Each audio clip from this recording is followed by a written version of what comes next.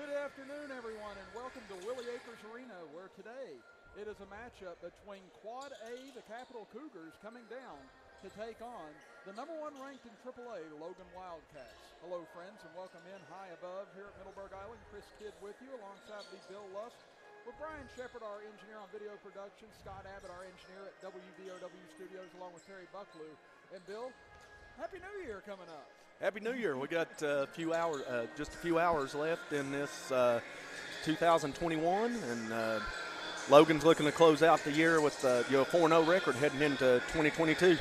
Well, again, Logan has been out to a hot start this year as they ended up getting out with a 3-0 record by beating number one Shady Springs last week, 57-49, as that was a big win for this Logan Wildcat group. And Logan going to try and keep that momentum going now against Capital here today.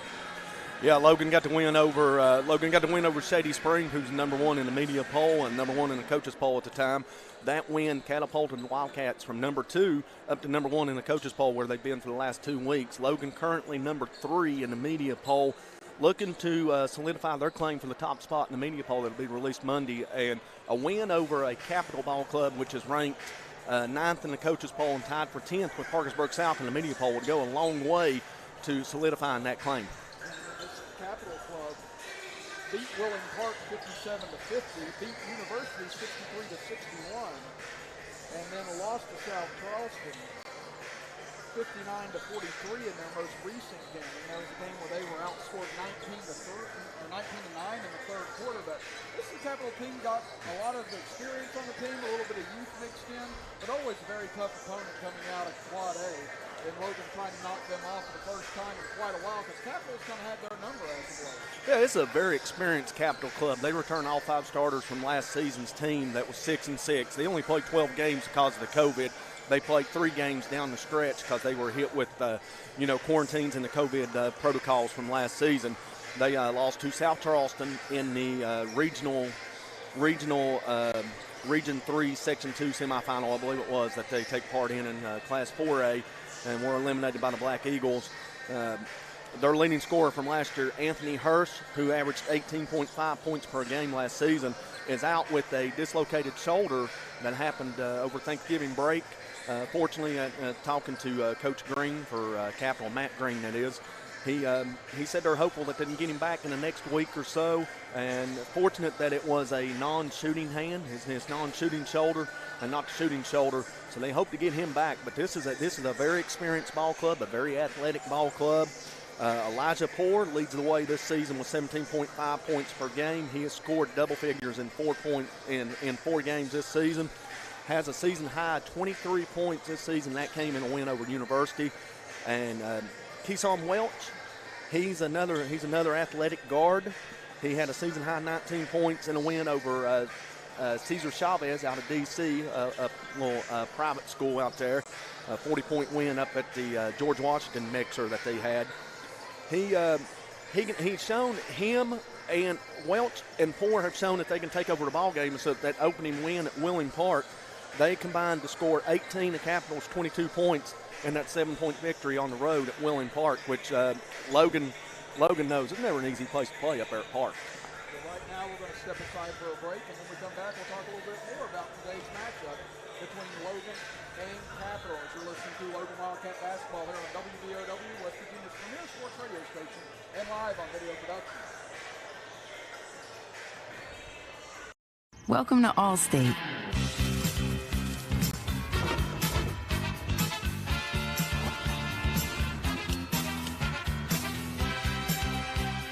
You already paid for car insurance. Why not take your home along for the ride? Allstate. Here, better protection costs a whole lot less. You're in good hands with Allstate. Call a local agent or 1-800-ALLSTATE for a quote today. Little General Stores has served our hometowns for decades, providing those essential needs for the road of life. The LG family goes above and beyond to ensure that your experience is an easy one. That's why they offer the LG Rewards Card, a way to earn points for free drinks, coffee, and even discounts on fuel.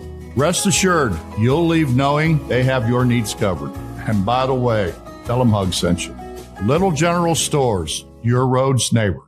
At Tiger's Ice Cream and Grill, we have a huge menu offering home-cooked dinners, hamburgers, tacos, hot dogs, pizza, Philly steaks, and desserts, including, of course, ice cream. Ask about our weekly home-cooked dinners. We have an everyday hot dog special, 6 hot dogs for $5.99, or $5 14-inch large grab-and-go pizzas made from our fresh homemade dough. So visit Tiger's Ice Cream and Grill, located beside the old IGA in Chapmanville, just off the Crawley Creek exit of 119.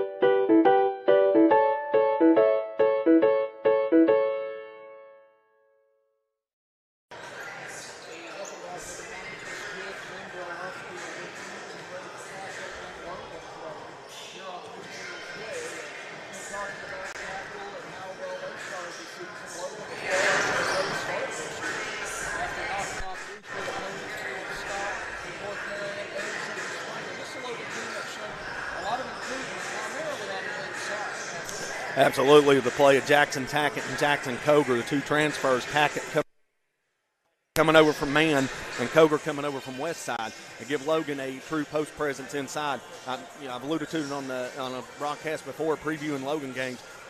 Having coached Jackson Tackett for the last 3 years at Man High School, he's got some of the best post moves, if not the best, in the state of West Virginia that I've seen. And Jackson Coger's another guy that he can play in the post. He's got good ball handling skills. He can also back it away from the basket like Tackett, and it really messes with your defense. Do you double the post, leave the outside open for the three-point shooters, and Slack, Williamson, and Browning, who can drive inside? Or do you just try to play him man up, trying to push the bigs further away from the basket, who have the ability to pass or even knock down the outside shot? So Logan, a pretty complete team right now.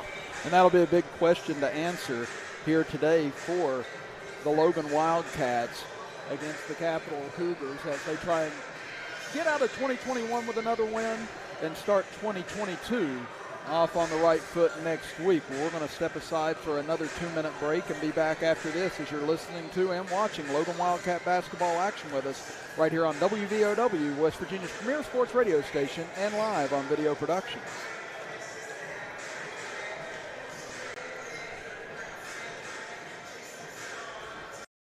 Welcome to Allstate.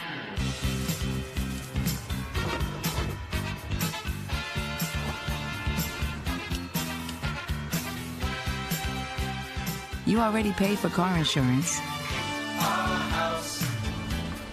Why not take your home along for the ride? Allstate.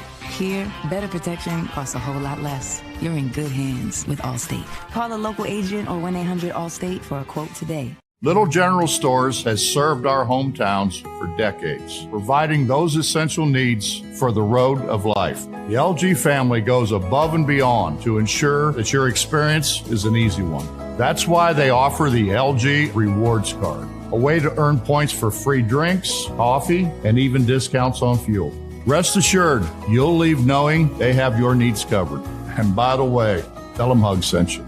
Little General Stores, your road's neighbor. At Tiger's Ice Cream and Grill, we have a huge menu offering home-cooked dinners, hamburgers, tacos, hot dogs, pizza, Philly steaks, and desserts, including, of course, ice cream. Ask about our weekly home-cooked dinners. We have an everyday hot dog special, 6 hot dogs for $5.99, or $5 14-inch large grab-and-go pizzas made from our fresh homemade dough. So visit Tiger's Ice Cream and Grill, located beside the old IGA in Chapmanville, just off the Crawley Creek exit of 119.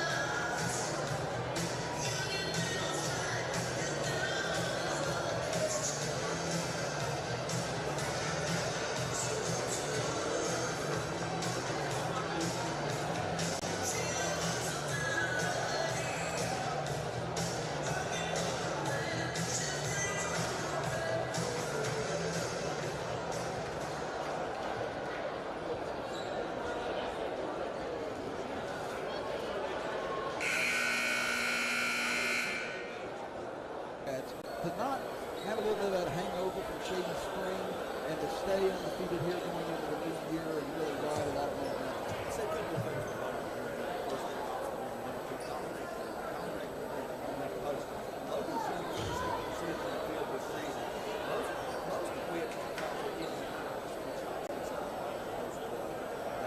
Good afternoon, ladies and gentlemen. Welcome to Willie Anderson Arena in the home of your Logan High School Wildcats.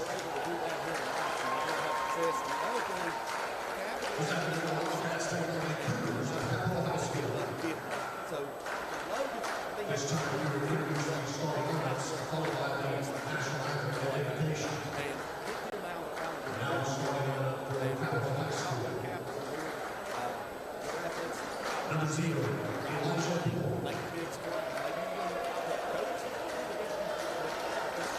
Number 3, Garrett Scott. Number 5, Simon Welch. Number 10, Tayshawn Hines. Number 11, Savion Brown.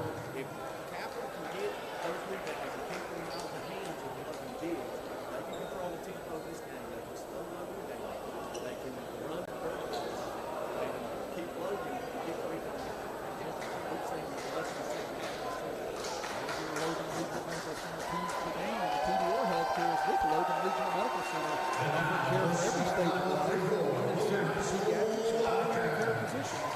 Logan Regional Medical Center, always here for you. Let's look at the starting lineups here real quick for both sides for Capital. It'll be 6-foot senior Elijah Poole, followed by 6'1" senior Garrett Scott. Then we have 6'2" senior Keyshawn Welch.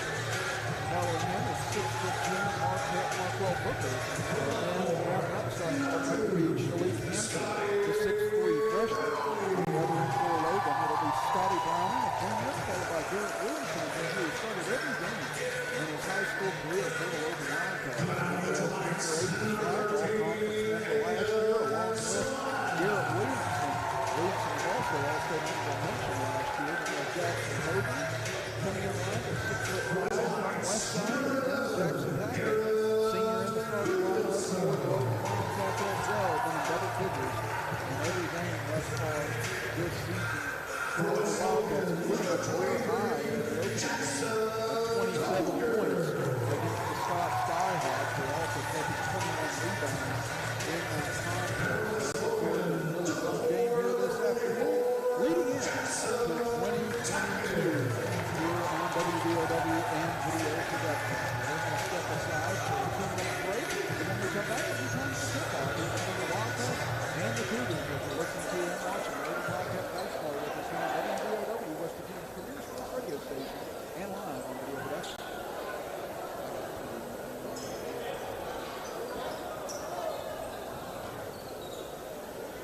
Please rise for the Invocation International Anthem. Invocation will be brought to you today by Logan High School Parent member and Logan High School cheerleader, Anna Wilson.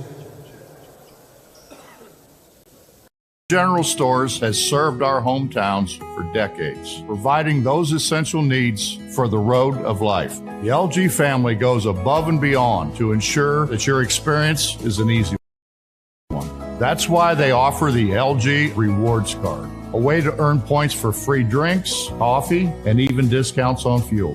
Rest assured, you'll leave knowing they have your needs covered. And by the way, tell them Hug sent you. Little General Stores, your road's neighbor. At Tiger's Ice Cream and Grill, we have a huge menu offering home-cooked dinners, hamburgers, tacos, hot dogs, pizza, Philly steaks, and desserts, including, of course, ice cream. Ask about our weekly home-cooked dinners. We have an everyday hot dog special, 6 hot dogs for $5.99, or $5 14-inch large grab-and-go pizzas made from our fresh made dough. So visit Tiger's Ice Cream and Grill, located beside the old IGA in Chapmanville, just off the Crawley Creek exit of 119. Did you know that 1 in 8 women will develop breast cancer in her lifetime? At Logan Regional Medical Center, your breast health is important to us. Our caring staff uses the latest technology, like 3D mammography, in a comfortable and welcoming environment to help you stay on top of your health. Speak to your provider about a 3D mammo at Logan Regional Medical Center. Always here for you. In Peytonville, there's lots of ways to save on auto insurance. Really? Yep. Very proud of that. With Smart Ride from Nationwide, they can get discounts for safe driving. Does she get one? Mrs. Carmichael, safest driver in Peytonville, takes a lot of work and effort to be the safest driver in Peytonville. What about this guy? With Nationwide Smart Miles, the less he drives, the less he pays. The list of inspiring stories goes on and on. I bet. I've never seen anyone do more with their retirement than you.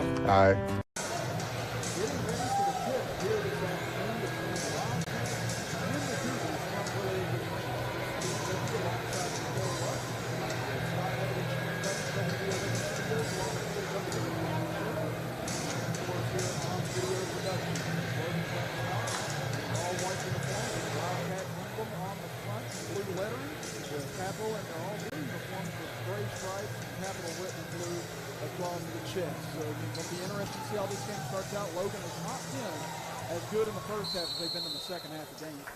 No, they haven't. They've really took control in the second half to really pull away in this contest. We're underway here at Logan control.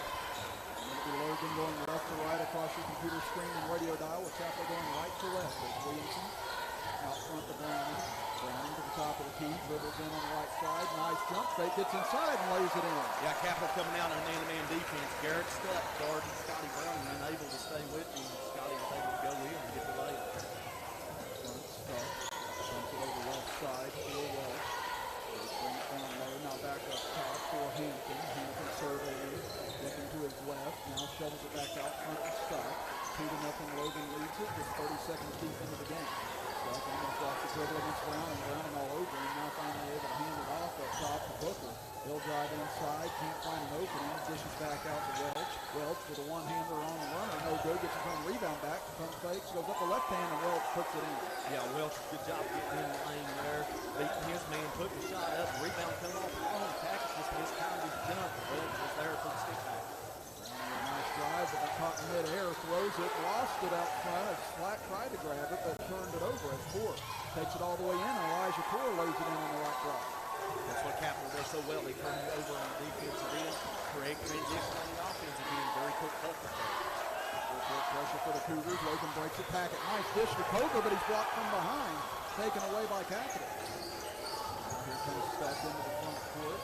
Stuck up the right side. Dribbles back out. Shovels it over to Hampton at the left elbow. Hampton hands it off. Welch drives in hard. Goes up and under. Can't convert. Hampton gets the board though. Can't finish and rebounded by Slack. Capital's getting to the rim pretty easily here. Logan changes their defense up. Great pass up ahead as Williamson found Packett underneath on the right block, and he lays it in to tie the game at 4. We talked about in the opening, Logan's ability to rebound on the defensive end, creating in the transition game. Jackson Tackett runs the floor so well, and we saw that in that possession. Stuck drives in left side, gets position, and lays it in against Slack. Is Stuck with a nice take. Logan's having difficulty staying with these quick guards. Browning on the other end, pull up jumper from the right wing, off the mark, rebounded by Stuck, and then Packett with a bad foul in backcourt as he caught Stuck up the side of the head trying to go for the rebound. Now those are the fouls that frustrate the coach. You can hit 85 feet away from the basket there. Tackett, he was in no position to rebound there, just happened to come over the top and caught Stuck in the head his first foul. Another foul like that, Tackett's going to find himself on the bench here, and Captain's going to be able to take advantage inside even more. Logan going to pick him up full court. This is Capital able to break it easily. And coming up the right side is Poor. Nice dish underneath. Way up off the mark for Welch. Rebound kicked around. Knocked loose. And they're going to say out of bounds off of Tackett. Yeah, it looks like Tackett may have had it knocked out of his hands and it reflected off of his hand out of bounds. That Green lobbying for the overturn there that the officials saw ahead of him. Down the feet to Welch. Just went over left side for Stuck. Nice drive on Browning. Dishes off underneath. Turnaround shot. Rolls off. No good for Booker. And rebounded by Cover. Booker got good position inside on Williamson and been able to convert. Let's talk to Williamson. Williamson penetrates inside. Puts up a running floater and he hits him with the right hand. Logan has the ability to knock down the outside shot, but if you play off of him with a three-point line, the guards can penetrate. As Garrett Williamson did there from 2 points. And now Tackett knocks it away in the backcourt, but saved by Capital, having to go up against the 10-second call. Able to beat it as Poole takes a deep three from the right side. Got halfway down and popped out. Rebound goes out of bounds off of Logan. Yeah, Cougar unable to corral that rebound there. It looked like he was a little indecisive when he grabbed the ball as it rolled around the rim a couple of times. 6-6 your score with 4:52 to go in the first quarter. Here between Logan and Capital on New Year's Eve. Up top with it, Welch. Looking for a screen, gets caught, but dumps it off to Hampton. Goes up against Coger, can't finish. Rebound knocked loose, and Browning comes out of the play with it. Here he comes, one-on-one up the right side. Tried to go behind his back, almost lost it, but Dish is off the slack. He can't finish the layup. The Tackett was good positioning. He gets the board and puts it back in. Rebounding the building when Logan Diggs created an opportunity where Tackett in right place, right time for the offensive putback. Averaged 9.7 points per game last year to Tackett. Here in the first 3 games, 27 against Scott, 15 against North Marion, and 18 against Shady Springs. With a three from the left corner, no good by Welch. Rebounded though underneath, taken by Hampton. He'll go up and lay it in. Again, the jump shot on the rebound, mistimed jump inside of Logan Diggs, and create opportunity for Capital. Tackett on the left side, can't finish, gets his own rebound back, and Tackett starting to dominate on the interior. He's got 6-foot points. 10-8, Logan leads it, 3:51 to go, and a fast-paced opening quarter, both time-wise and up and down the floor these two teams go. Stuck at the top of the key against Browning, and now we're going to get a whistle at a timeout here for Capital. It'll be a 30-second timeout, so we'll keep things here with Logan leading at 10-8 in the opening quarter. Just a reminder that Nationwide Insurance Agent Greg Dalton is a proud supporter of Logan Wildcat Athletics and the community of Logan County. For auto, home, life, and business insurance, call the Greg Dalton Agency at 304-752-8300. Greg Dalton Insurance is offices on Main Street, Logan, and Main Street, Chapmanville. All your sides, there is Nationwide. This is WDOW Logan. And it builds so far here in the first quarter. Seems like offensive rebounding on both sides has been very key. Yeah, Capital's building a rebound on the offensive glass, get putbacks, and kept them in this contest. And on the other side, Tackett doesn't want to look through and open. Rebounding, second chance, third opportunities for Logan. Keeping them in the contest as well. Neither team has had a lead bigger than 2 points. We've had 4 ties and 2 lead changes early on in the first approaching 5 minutes now. Rockwell's Loveless into the game for Capital, a 5'8" sophomore. 10-8, Logan leads it, 3.5.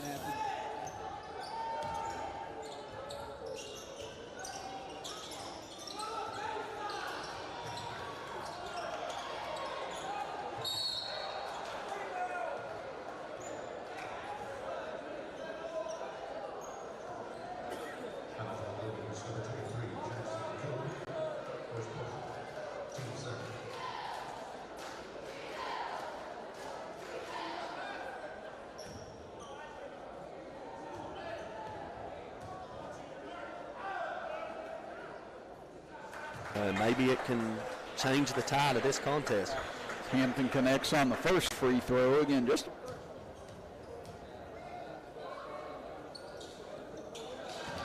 well. So all even at 10 apiece here in the first quarter. In the backcourt, Williamson surveying the field, gets it up ahead to Coger up the left side. Coger swings it right side for Browning. Browning dribbles to the top of the key, gives it off to Williamson.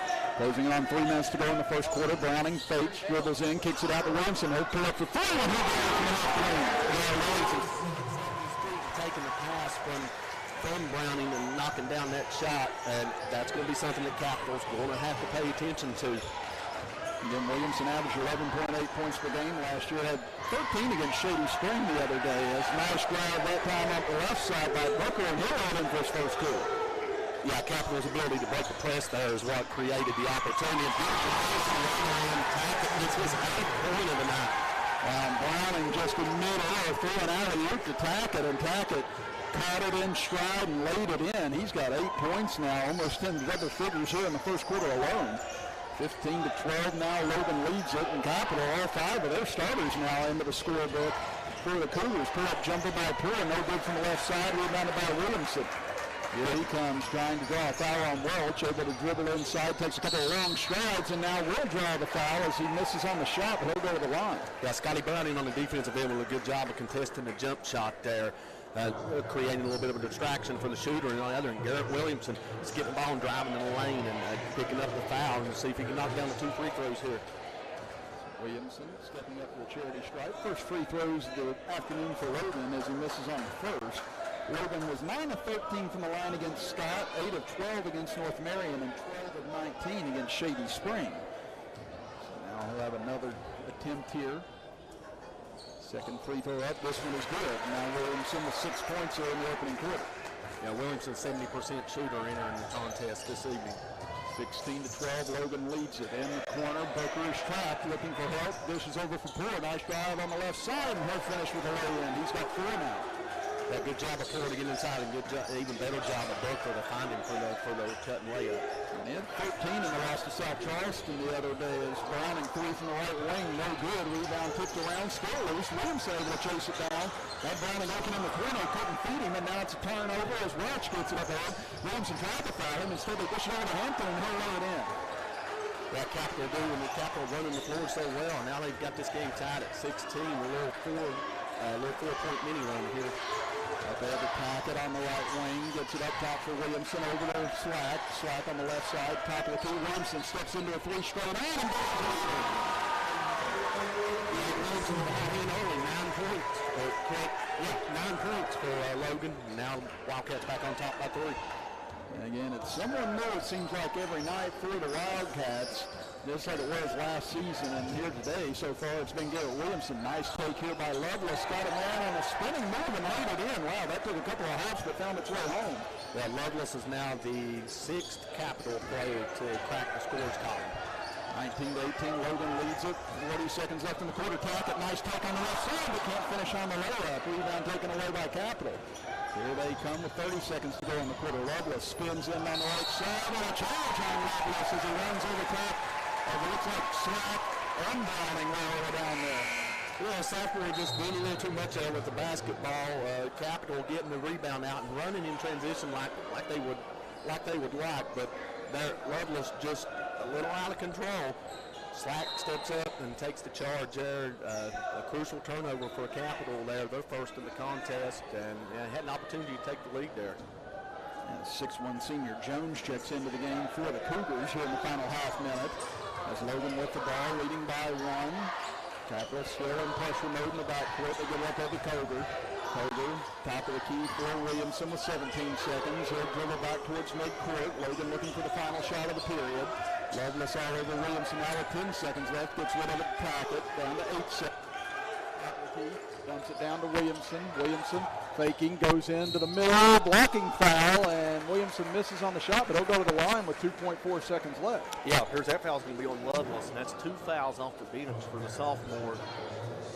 Williamson doing a good job of getting inside, beating his man. Lovelace stepped up to take the charge, but unfortunately couldn't get his feet set.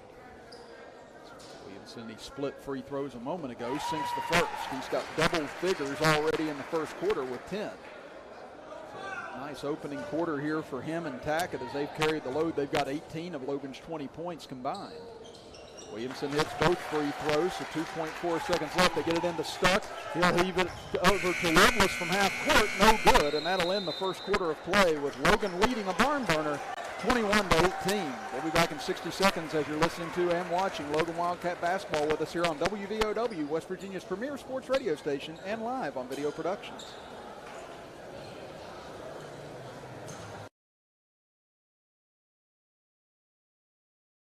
Care that's close to home with caring, skilled physicians and large private inpatient rooms.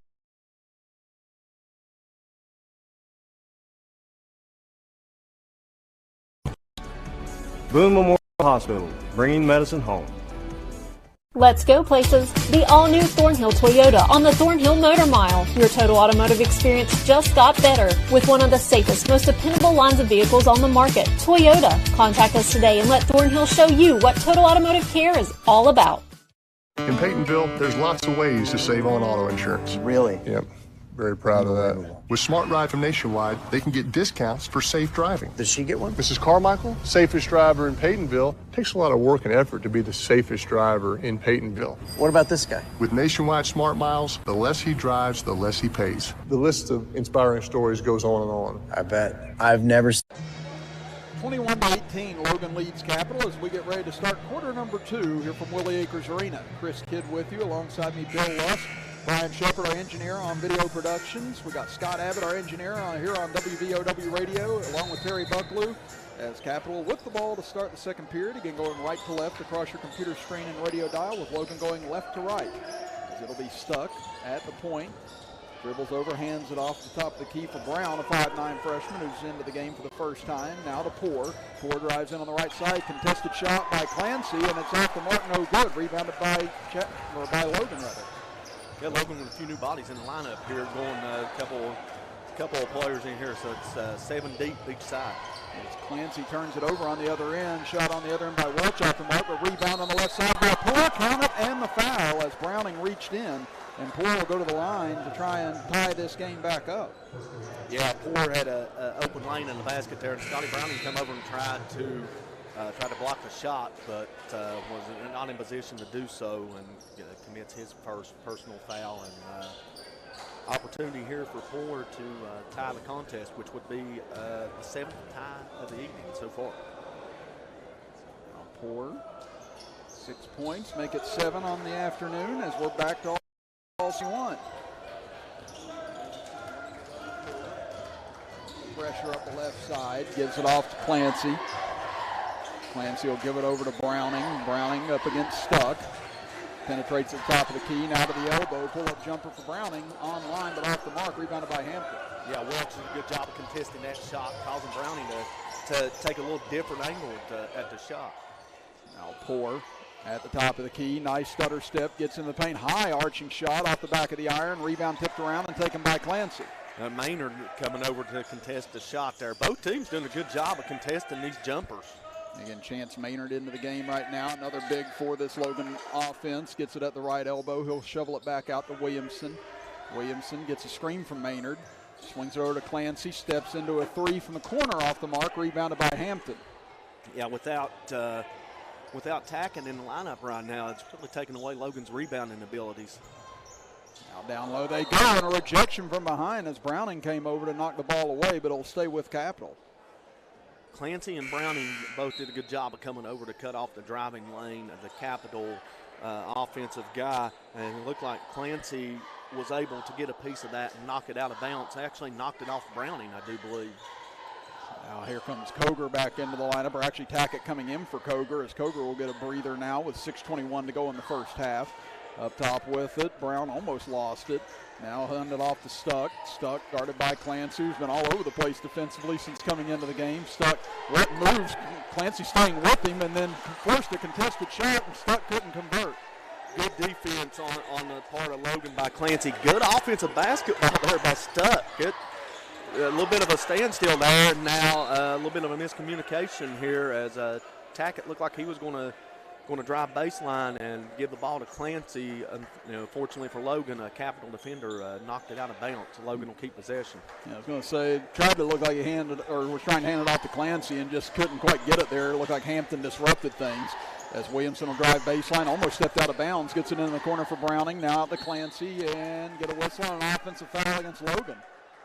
Yeah, looks like they got Chance Maynard on the illegal pick here. Just a little too aggressive. Referees, I will credit the referees. They have done a good job of letting these boys play. And that's 14 fouls against Logan, 3 against Capital thus far. 5:40 to go in the second quarter. Still all square at 21 apiece.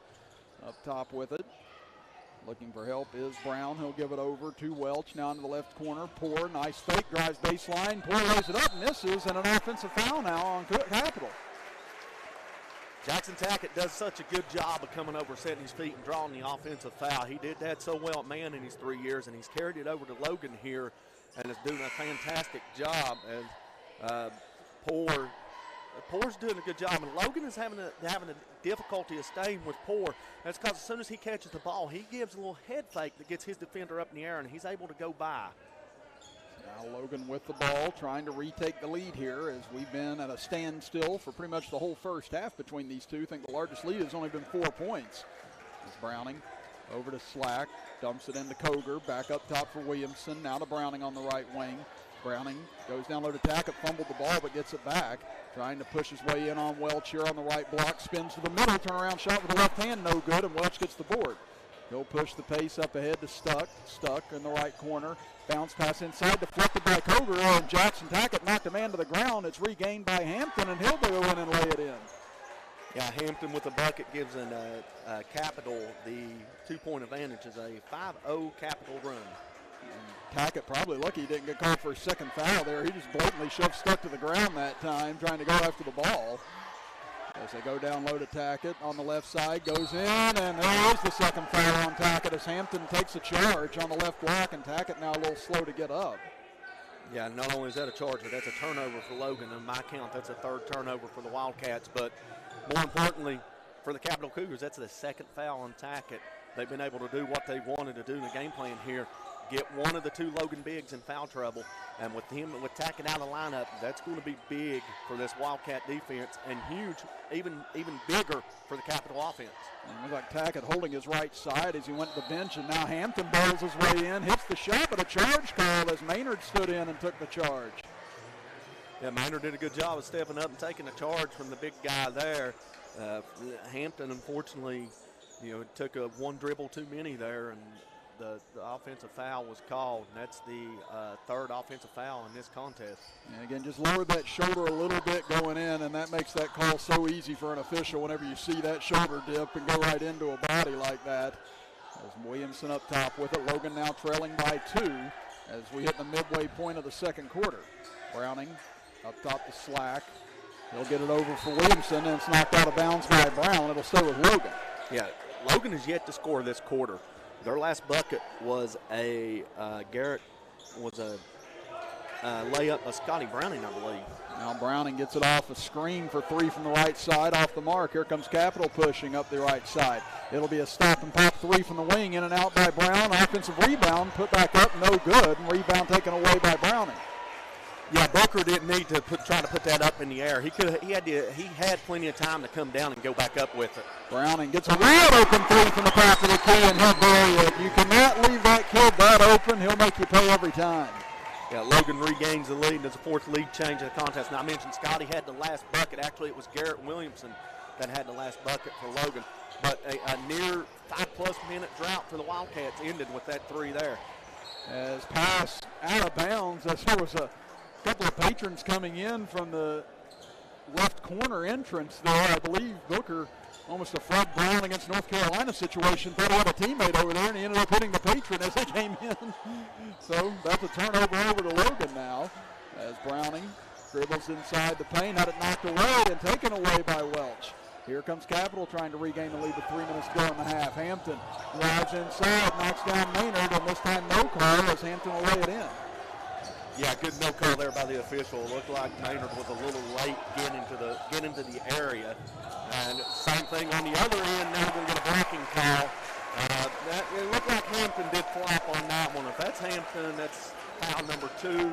That's a big loss for Capital. It's going to take away a big inside. Yeah, that was a great take by Williamson that time. As we'll look at here in our Thornhill Group Instant Replay on Video Productions. And there you saw it again. Hampton kind of slid in at the last second there, and Williamson did a good job of avoiding him at first and had enough English on that to spin it in. As his free throw up and good, and Logan now has the lead back at 27-25. Yeah, lead change number 6 in the first half. That's 13 points now for Garrett Williamson here in the first 16 minutes as they get it over left side. Booker into the corner, Poole wide open for 3, no good. Rebound though by Capital, as getting in on it was Brown. Kicks it out to Stuck. He'll take a 3 from the left side, high arcing 3, missed everything. Rebound knocked loose, taken away by Browning. 1-on-1 with Welch at the left side. Browning gets a little separation. Gets it to spin in as he banks it off the glass. Yeah, Scotty Browning did a good job there of drawing the contact, using his body to go up with the shot and give Logan a 4-point advantage. Browning now with 7 points as Poore, nice take, can it, and the foul. What a shot by Poore as he took the contact and was able to still put it in. And an even bigger developing situation here. Jackson Coker with his second foul. Tackett is on the bench with his second foul. Poor doing a good job of getting in the lane. He knows he's going to get fouled. He goes up with the shot, converts, now has an opportunity for a three-point play. Free throw by Poor, short, but Poor gets his own rebound back, goes up, can't finish, and rebound knocked loose in a fray, and Slack comes out of there with it. Two Cougars down in the backcourt. Logan with numbers over to Browning. Three from the wing, no good. Rebound comes down to Welch. Welch quickly back up the other way, has Poor. Poor stops for a three from the right wing, and he'll bury it. Elijah Poor doing his best to keep Capital in us. Now he has Capital out in front. Poor with 10 points early on. 30-29 now, Logan leads it. Browning on the right wing. Dribbles to the elbow, high arching floater, and he'll get it to foul. Browning out here in the second quarter with 9 points now. Yeah, Scotty Browning can get inside there, and he has the ability to shoot that high floater over top of the defense.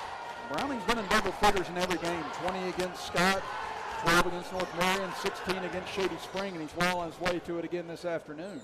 Now Capital slowing the pace here. I'd say both teams got to be a little exhausted at the moment. Logan not really coming out to contest. They said, you know what, we'll take a breather too right now. Now, Capital appears to be a little deeper right now than the Wildcats in terms of production. Now, I'm not knocking anything Logan. Chance Maynard's come in and gave him some good minutes, got some boards, doing offensive foul stuff. But right now in terms of offensive production, it's Capital's bench. Now here's Poor. He's going to take it, and this is on the right. Puts his own rebound back there and puts it back in. And that's where, without Tackett or Coger inside there, Capital's able to get those opportunities and get the offensive putbacks.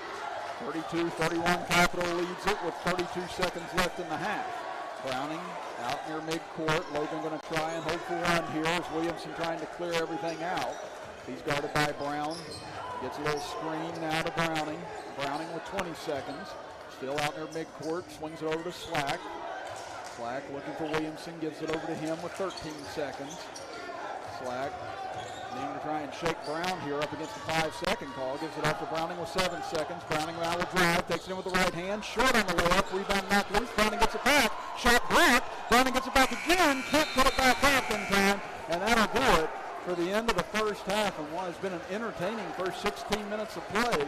It is Capital leading the Logan Wildcats 32-31 here at intermission. We're going to step aside for a 2-minute break. When we come back, we'll talk about the first half of action here from Willie Acres Arena as you're listening to and watching Logan Wildcat basketball with us right here on WVOW, West Virginia's premier sports radio station, and live on Video Productions.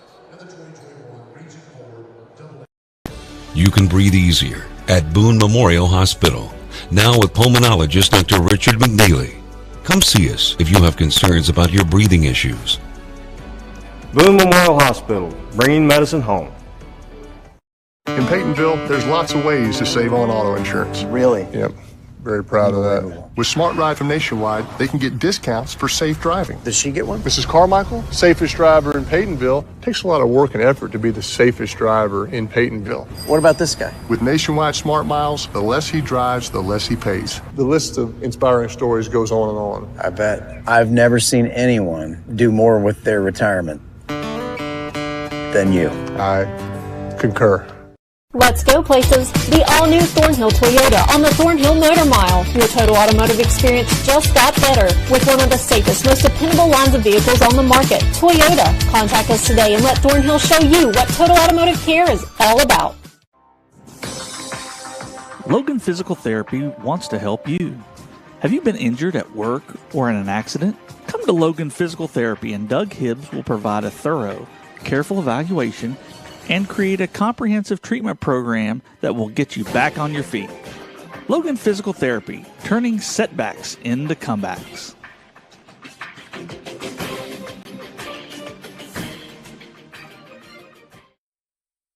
Little General Stores has served our hometowns for decades, providing those essential needs for the road of life. The LG family goes above and beyond to ensure that your experience is an easy one. That's why they offer the LG Rewards Card, a way to earn points for free drinks, coffee, and even discounts on fuel. Rest assured, you'll leave knowing they have your needs covered. And by the way, tell them Hug sent you. That's right. Little General Stores, your road.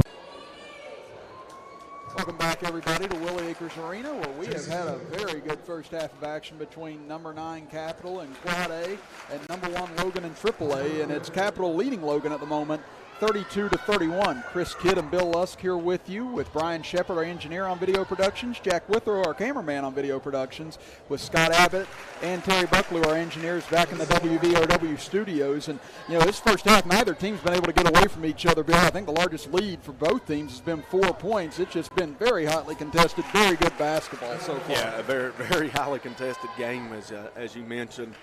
Capital's been able to get out and run in transition, been able to get some offensive rebounds and some stick backs for second and third opportunities. Logan, likewise on the other end, they've been able to rebound on the defensive glass. They've been able to get out in transition, score, knock down a couple of three-pointers here. Neither team with more than a 4-point lead, neither team with more than a run of 5 or 6 points here in the first half. 9 lead changes, 7 ties. A very competitive, very, very, very good ball game going on right now. And now the second half will be the key here.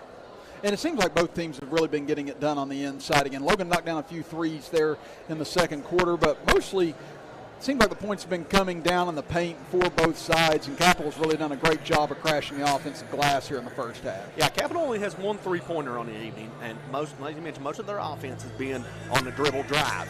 Driving into the lane, drawing the defense up, getting the man up in the air and going up and under him for the layup, or getting a stick back there. And there's been a couple opportunities where Capital has shot the three and a long rebound has come off, and Logan has missed time to rebounding or not done a good job of boxing out on the backside or even on the opposite wing. That's allowed Capital to crash the boards and mainly control. I think Capital's done a good job of controlling the glass on the offensive and defensive end. Now, much of that is attributed to the foul issues that Logan has right now. 2 fouls each on Jackson Coger and Jackson Tackett, and that adds up. As we mentioned in the broadcast, if you can get Coger and Tackett in foul trouble, they combine for 18 rebounds a game. They combine for about 28 points a contest. That's 2 huge losses right now for the Wildcats. And when you come out here the second half, it's something that Coach Zach Green is going to closely monitor, because if either one of them was going to get a third foul, now you got to reach into that bench. And Julius Clancy and Chance Maynard have played well off the bench for Logan. They've gave them good minutes, but they're not giving them any offensive production. In fact, there's only been 3 guys that have scored for Logan.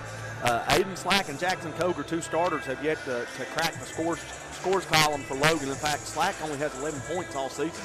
Yeah, I was ready to make that point too, Bill. Again, only 3 players in the scorebook for Logan, and Coger's probably the more surprising one. Again, Slack concentrates a little bit more on defense and really provides spark there, and Coger's done a good job on the defensive end as well. But with his offensive production in the first 3 games, a little bit surprising he hasn't got going here. He got a shot blocked early in the first quarter, and ever since then it's just been kind of like he's been waiting water down there, down low, and Tackett's been more the primary source for Logan.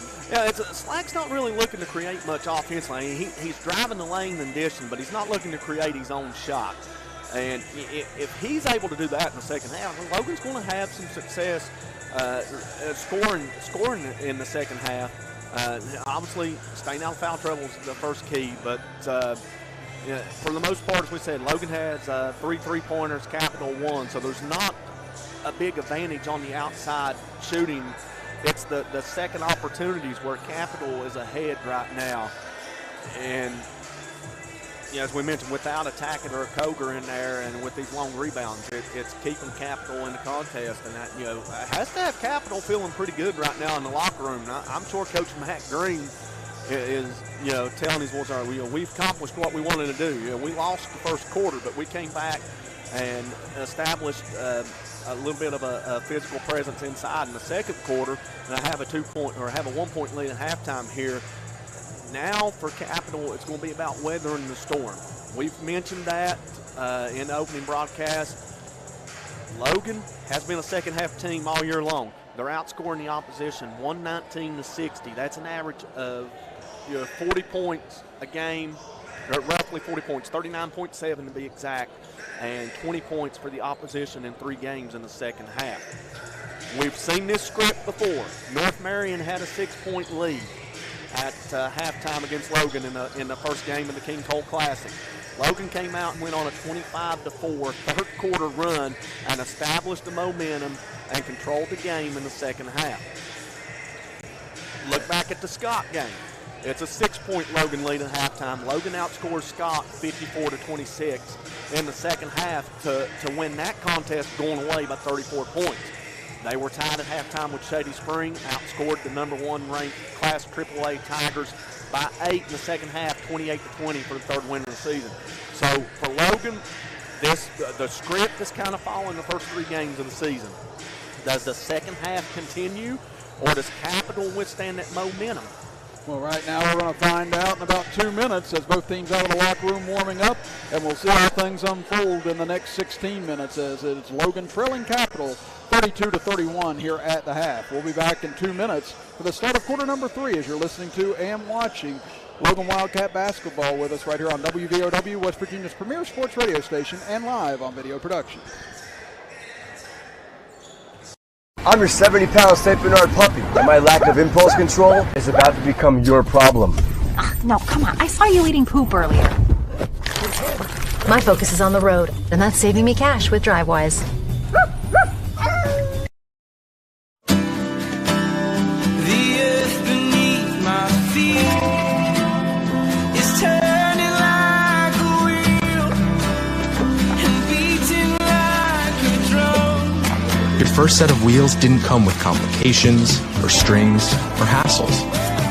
It can be that way again.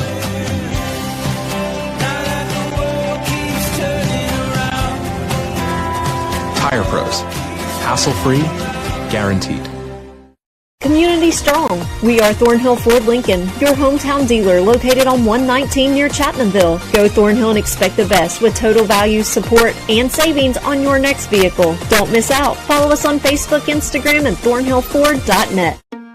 Hi, I'm Michaela, and a little thing I love about the Chick-fil-A Peppermint Chip Milkshake is that first sip when you taste the peppermint chip pieces. It's like catching snowflakes on your tongue, and it just feels like the holiday season has begun.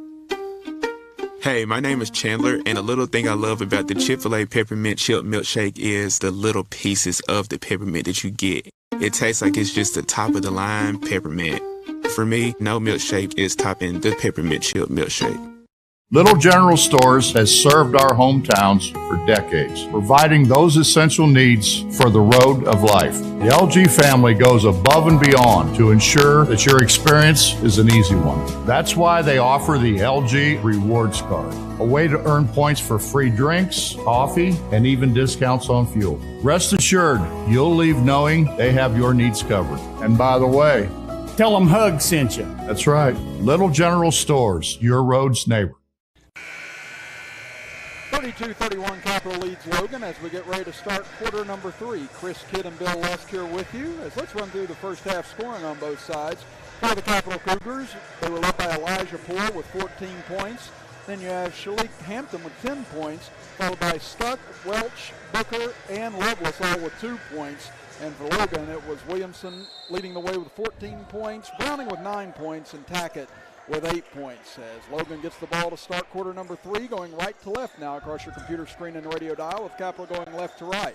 As Cougars pass to Tackett, gets away, chasing it down, saves it, but it goes into the hands of the Cougars. Here comes Welch up the right side, drives in on Tackett, stops in front of him, can't finish the shot. Rebounded by Cougars. He's trying to fight his way loose from 2 Cougars right now. Throws it away, and it'll be Capital ball, so a sloppy start to the third for both teams. Sloppy start to the third for both teams, especially on Logan's side.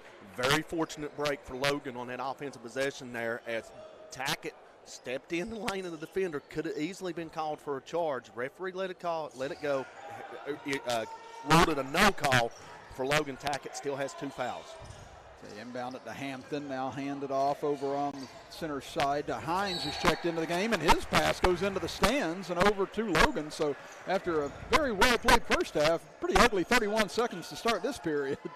Yeah, a pair of turnovers on each side for Logan. I've got 6 turnovers for Capital. With them 2 turnovers there, that's 8. So a fairly well-played basketball game. Both teams taking care of the ball for the most part. Yeah, considering how good both defenses are and how tough-minded they are on that end of the floor, I think that's a good number for both sides as Browning gets to the free throw line, pull-up jumper, gets it to roll around and fall through as he's got 11 now. And that's where Scotty Browning is dangerous, getting his man up in the air and going in and hitting the mid-range jumper. And it's pretty much automatic from that range. Logan regains the lead, and now Browning with a steal as he picks Packett from Stuck. Now here comes Browning up the center, gets by Stuck, into the middle. Stops, puts up a tough jumper, airballs it, but rebounded by Tackett. Tackett had it knocked loose and taken away by Welch. Tackett committed the Cardinal sin for a big guy, going over the rebound, bringing it down to your feet, and letting the small guys take it away from you. They get it over to Stuck in the left corner. He'll go for three, no good, rebounded by Slack. A good job by Tackett to contest the shot as he went running by Stuck out of bounds. Now Browning takes it baseline on the outlet pass from Slack, and Browning allowed in. Great vision by Slack that time to get it up ahead to Browning as he found him in that left corner. Yeah, first 4 points of the quarter to Logan. 3-point Wildcat lead. 10 lead changes now in the contest. 6:20 to go here in the third. They go down low. Here's Welch, puts up a tough shot, no good. Box out by Tackett, nice job, and Coger gets the board. Tackett doing a good job of contesting the shot on the inside and then batting the ball around to keep it alive for Logan to come away with a defensive rebound. Williamson in the left corner gets it out to Slack. He'll pull up for three, no good, too strong. Rebounded by Capital, and we're going to get a loose ball foul on Logan. That's going to be Jackson Tackett, and that is foul number 3. Just a little too aggressive on the offensive end there, trying to get in there and get the offensive board and knock the ball away from the Capital defender. He got too much of the arm there to commit in the third foul. And we'll see how long Coach Green stays with Tackett now, as there's no movement from the bench. And again, it's early stages of the third quarter here, but I think Coach Green likes how his team's come out of the blocks here in the third. Doesn't really want to get rid of that momentum right now, but Tackett's going to have to be careful as they get it over to Welch at the top of the key, guarded by Coger, tries to drive by him, and we got a whistle, and this is going to be a foul on Coger. That's going to be number 3 on Coger. So, much like the first half, Tackett, Coger with 2 fouls. They've come out. They've picked up an early foul in the third quarter. They each have 3, and we'll see how long he stays with him. Now let's see if Capital tries to attack the interior here with Logan's big men in foul trouble. Instead it'll be Poor going for 3 and misses everything, out of bounds over to Logan. Yeah, Coach Matt Green's letting Poor know that was an ill-advised shot. And he didn't really need that right now. Just back out and run the offense and see if they couldn't get any movement inside. Yeah, right now I'd be looking for Hampton on the inside if I'm Capital as they get it over to Coger, drives in, lost it on the way up. Ball goes back to him though, feeds it to Slack, and Slack misses the layup. Rebounded by Welch. Here he comes into the front court. Welch kicks it out. Hines gives it to Stuck. Stuck pull-up jumper from the right elbow, short. Rebounded by Welch in the middle though. Welch goes back up with the right hand, bricks it off the front of the iron. Rebounded by Browning. He's got Tackett on own up ahead. Pass gets away from him, but Tackett able to save it. Pass back to Browning, goes up on the right side. Layup is good. Good job by Jackson Tackett to keep his composure. Dribble outside, let Scotty Browning cut down the lane, and then give a little hook pass underneath for the layup. That's the largest lead of the game for Logan as they've scored the first 6 to come out here in the third quarter. Hines over to Welch, 3 from the left corner, no good. Rebound, nice job by Tackett as he backs out Hampton, and Hampton's going to be called for his third foul.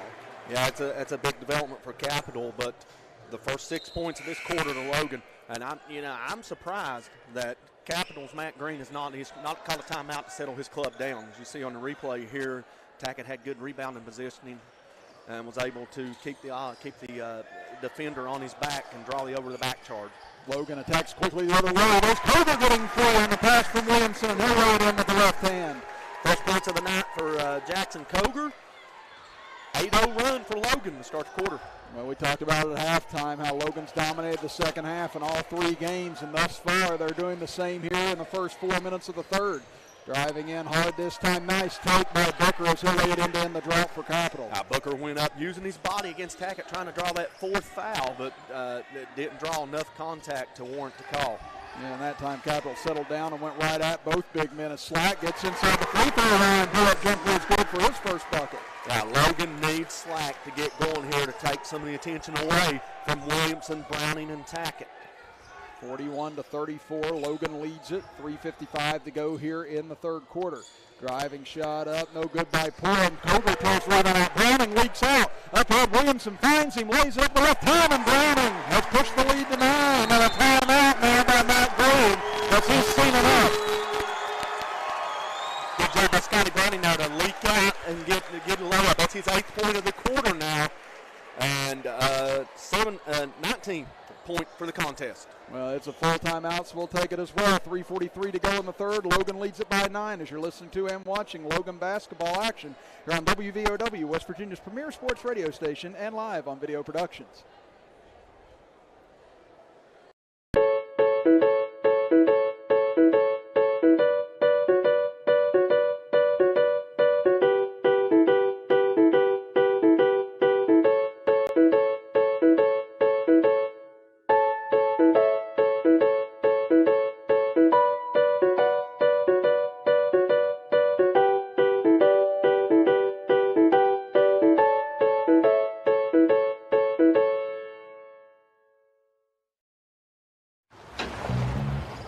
Welcome to Allstate, where you can pay a little less and enjoy the ride a little more.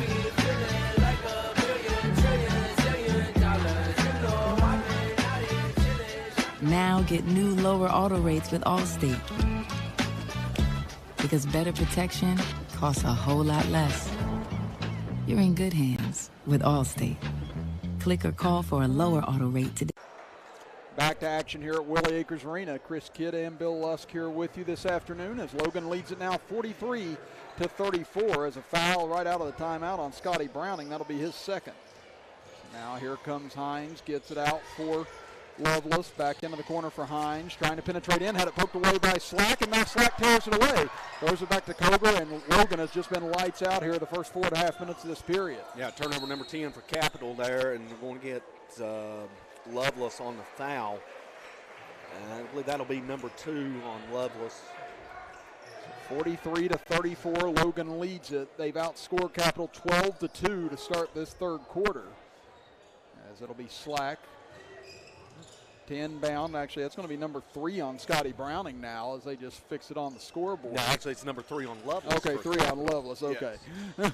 we're all going to get down now as Slack drives in hard on the right side. Can't convert. Rebound knocked loose and out of bounds off of Capital. As neither side happy. Logan wanted a foul. Capital thought it was off Logan. Yeah, Garrett Stuck thought he was able to get in there and knock the ball off the hands of Jackson Tackett.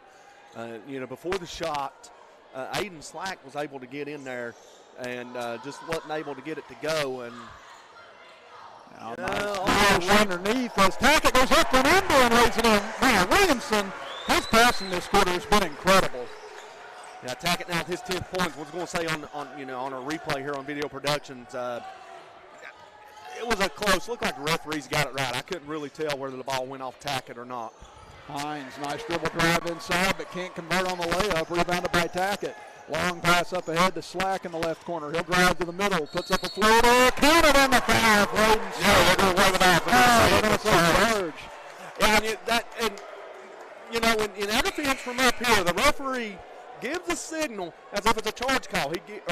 Count the M1 call. He punches his fist instead of putting his hand behind the basket. And on our replay here, I can't really tell, but it looks like that the defender was there and was able to establish the position. And good news for Capital. It's a charge, takes the bucket off. Bad news for Logan. It takes 2 points off of the board. Yeah, Capital desperately needing stops right now, but really needing to find their offense again. They've only scored 2 points here in nearly 6 minutes of action in the third. Hines, tough drive. What a spin move and what a spin shot as he went up and under.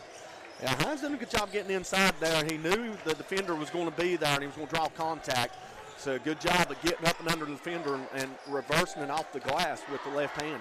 And gets the lead back to single digits now at 45-36 for Logan. 2 minutes to go in the third. Tackett spins away from Hampton, drives in on the left side, misses the layup, rebounded by Hampton. Here comes Capital pushing. Hampton gets it over near side for Lovelace. Big three, off it goes, nearly banked it in. Rebound put up by Welch. He can't find the mark as Williamson got the rebound, had it knocked away, but out of bounds off of Capital. Yeah, Capital thought maybe they had the 4th foul on Tackett there as he drove in the lane through the contact. Tackett's now talking with the official now about that call. He felt he was fouled, and the official's telling Tackett to calm down a little bit there. And looks like a good no call on our replay here. Logan now with 9-point lead, pressure in the backcourt as Williamson up against Hines, gives it over to Slack as they get across the timeline. Over to Williamson, drives in on the left side, found an open crease, and a blocking foul called as Williamson misses the layup, but he'll go to the line. Yeah, easy call there by the official. Williamson was coming in and went up in the air for the attempted layup, and the Capital player just slid right under him and drew the contact. Never had the opportunity to establish the position. That is Booker, who was unable to establish his feet and set him to draw the foul. And that'll be number 2 on Booker now. And yeah, that time it just seemed like the whole lane opened up for Williamson. Wasn't really looking to drive at first, and then just saw the opening there and was able to take advantage of it. As that's 14 fouls against Logan, 3 against Capital here in the third quarter. As Williamson will go back to the free throw line. He's the only Wildcat to shoot free throws thus far today. He's 4 for 5, make it 5 for 6. Yeah, Williamson entered the contest 12 of 17 from the free throw line for Logan. Logan fairly well from the free throw line, 66.7% on the season. And now Williamson with 15 points, Browning with 17, Tackett with 10. As all 3 starters into double figures for the Wildcats. Second free throw for Williamson. This one short, rebounded by Welch. Big possession here for Capital with 1:31. Trying to cut the lead down, try to go back, play defense, get another stop. See, maybe you can't trim 4 to 6 points off this lead here before the end of the quarter. Hampton gives it over to Poor. He's been quiet here in the third, but no more as he hits this 3 and a big one for the Cougars. Now you come back on the defensive end, see if you can get a stop. Maybe get this thing to 4 points. Down low to Tackett and dribbles out of bounds, and it will go back over to Capital. Yeah, Tackett was just led a little too much there on the pass from Garrett Williamson, I believe it was. Tackett caught the ball and didn't know where he was. Unfortunately, stepped on the end line there, turning the ball back over to Capital. Now here come the Cougars. Back over to Poor. Gets another good look for 3. This one's short, however. Hampton chases down the rebound, saves it up front, but saves it to Scotty Browning. Here comes Browning up the left side. Now into the middle. Browning pull-up jumper from the free throw line. In and out, no good. Rebound underneath by Tackett. Tries to go back up, had it knocked away and out of bounds off of Capital. Yeah, Tackett got the rebound, went back up, and had 2 guys on him. Fortunately, somebody from Capital was able to get a hand in there and knock it out of bounds. Good news for Capital is they get to reset the defense here, 46 seconds to play. Back into the corner, and we get a foul here on Capital. They're going to get it on Welch as he knocks Slack to the ground trying to get around the screen. Yeah, Welch tried to fight through the screen there, got a little too aggressive, extended the arms, and anytime that you extend the arms like that, that's an easy call for the official to make, as we'll see on our replay here. Actually, it looks like he hit him with the shoulder. So that's going to be the first foul on Welch. So we're all even at 14 fouls apiece. They inbound it to Browning with 41 seconds to go in the third. We'll see if Logan tries to hold for 1 here. They've been so good at that thus far this season. Browning, though, trying to get away from Welch, and a 5-second call. Big possessions for the Capital defense here. They have forced 2 Logan turnovers. They've knocked down a 3 on one end, just missed a 3 on the second one. Now with 32 seconds left, they have the opportunity to take the first available shot they can get with a drive to the basket or hold it out for 1. Maybe you can cut this to 5, maybe cut it to 4. Who knows? Maybe you can cut it to 3 with a 4-point play. Again, they've got the possession arrow as well to start the fourth quarter. Trying to get a 2-for-1 here possibly as Hampton. He's going to go early with it. Tough layup attempt, no good. Rebound fought for him. We're going to get a push underneath, and who's this going to be on? Oh, Tackett. That's number 4 on Jackson Tackett. He thinks he had the box out ability, and we'll check our Logan Regional Medical Center replay here. As you see, the shot goes up. Tackett comes in. I think that should be a no call there. Yeah, that was there was jostling on the inside by both players. Really didn't see a whole lot of contact that would warrant the foul. Good no call at best. They go inside to Hampton, and Hampton will lay it in. He's got 12 points and the lead down to 5. 6 seconds left in the quarter. Browning races into the front court, pulls up from the free throw line, short. Rebound knocked away, and that will end the third quarter. So Logan dominates the first 6 minutes, but Capital comes roaring back to close the gap to 5 as we enter quarter number 4. We'll be back after this as you're listening to and watching Logan Wildcat basketball action with us right here on WVOW, West Virginia's premier sports radio station, and live on video productions.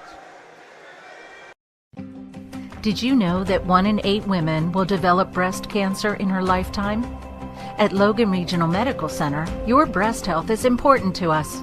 Our caring staff uses the latest technology, like 3D mammography, in a comfortable and welcoming environment to help you stay on top of your health. Speak to your provider about a 3D mammo at Logan Regional Medical Center.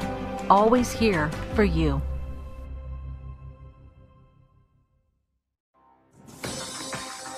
Logan Physical Therapy wants to help you. Have you been injured at work or in an accident?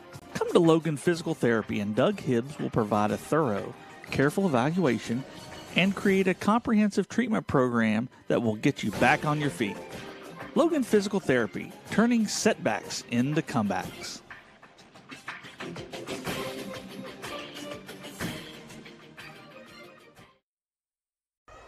Start of quarter number 4 here from Willie Acres Arena with Chris Kidd and Bill Lusk here with you as Capital will have the ball. Trailed by as much as 11 in the third quarter, but have shaved it down to 5 as these two teams, top of their classes in Quad A and Triple A, trying to come out of 2021 with a big win. And Capital trying to cut this back to one possession here. Welch goes up and under. Layup won't fall. Rebounded though underneath by Booker. His layup goes down, and now it's down to 3. Yeah, Capital's on a 9-1 run to cut this lead down to 3. And without tacking on the inside to rebound, Capital's able to get some second opportunities. As Williamson gets fouled from behind as he went up for a shot that time, and that'll send him to the free throw line 25 seconds into the fourth quarter as they're going to get that foul on They got Welch. Actually, his second foul. Welch just a little out of position on the transitioning from offense back to defense. Come by and run by Williamson and got a little too much of the arm. Williamson hits on the first, hits on the second. He's 7 of 9 from the line today. Again, the only Logan player to shoot free throws. And it's 48-43 Logan. And again, Tackett on the bench with 4 fouls.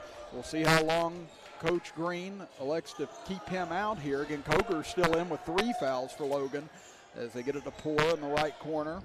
Poor picked up by Chance Maynard.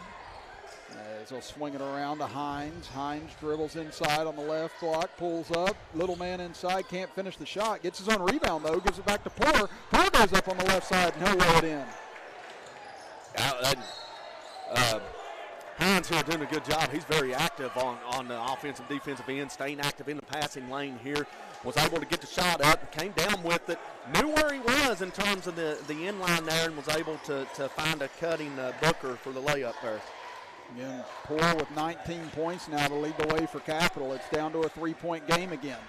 Williamson gets it into the corner for Slack. Slack drives baseline, puts up a tough layup, can't get it to fall, but he's fouled on the play, and that'll send him to the line.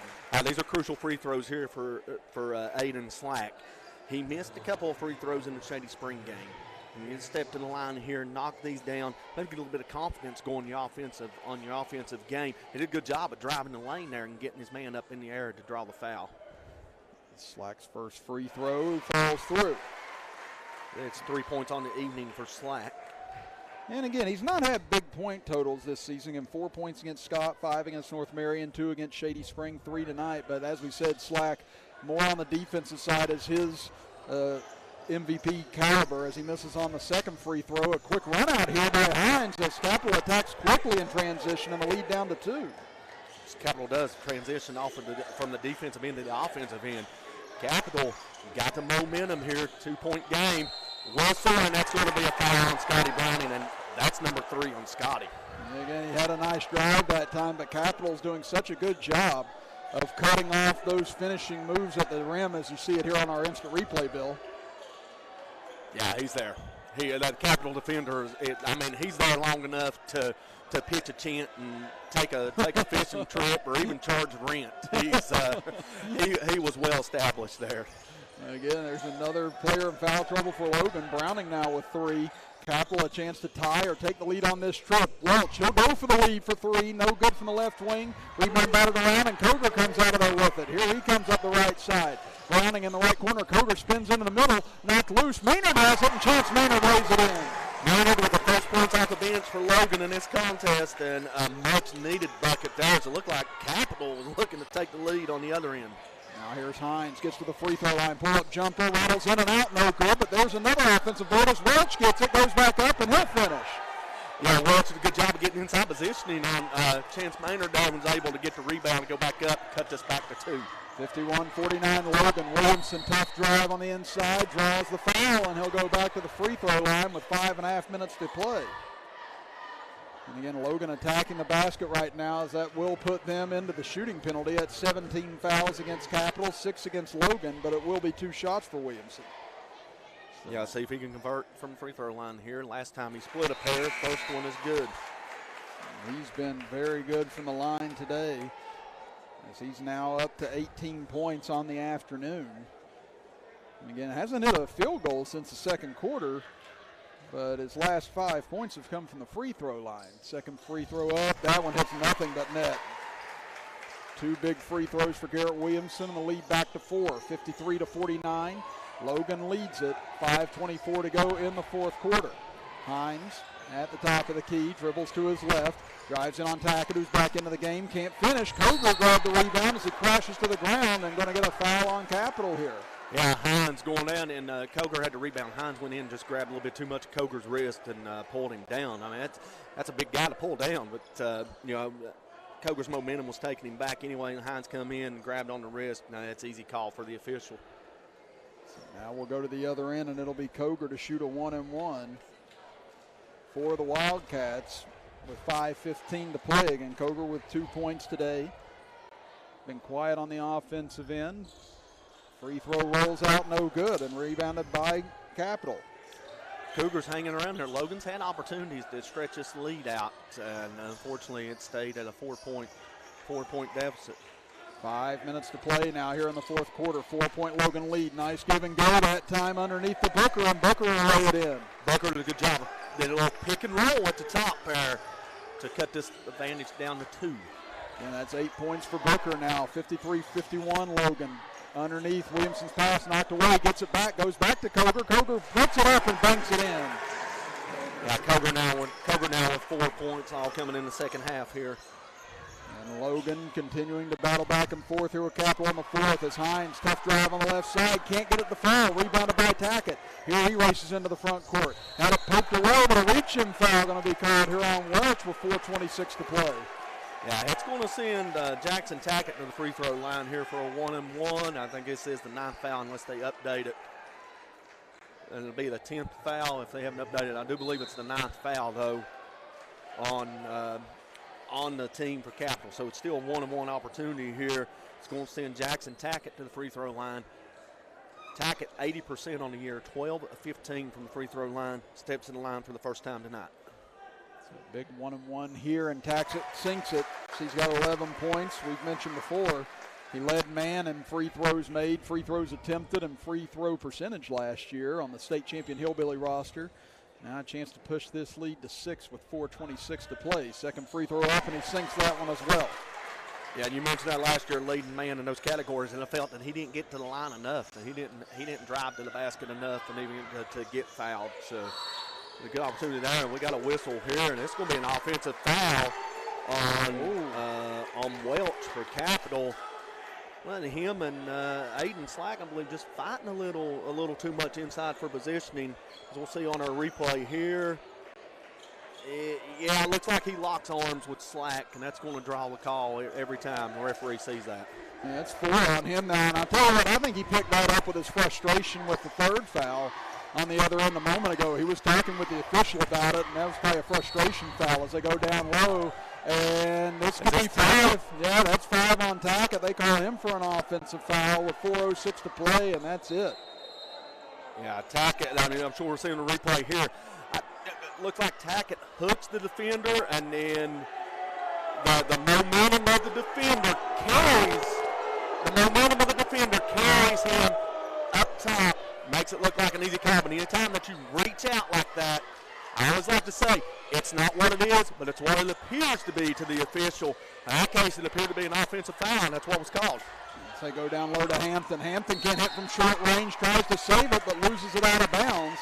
Over to Logan, and I don't know if there's something said between the Capital bench and Logan bench after Tackett's foul, but it looked like Tackett was looking down that way and hollering, and then Coach Browning looking down that way as well. So may have just looked up at the last minute, but I couldn't quite tell. But it did seem like both teams were kind of jawing at each other after that 5th foul. Well, I don't know if it was much of the teams jawing at each other, or maybe if it was Tackett jawing at the official, because he's been in the official's ears countless times tonight about the officiating. And the official might have been telling him to calm down before they call a technical. Slack takes it up the right side, and a big pull-up jumper falls for him. The lead now back to 8 with 3:33 to go in the fourth. 5 points for Aiden Slack. Beautiful jump shot there, and a little too aggressive on the end there, but that's going to send Capital to the line. I mean, I'm sure Zach Green doesn't want to see that. Capital going to free throw line with 3:29 to try to cut into this lead with the clock stopped. Just a little too aggressive. Now it looks like they're trying to get a substitution in here as Booker will go to the bench. And Slack picks up his second foul. And it'll send Hines to the free throw line.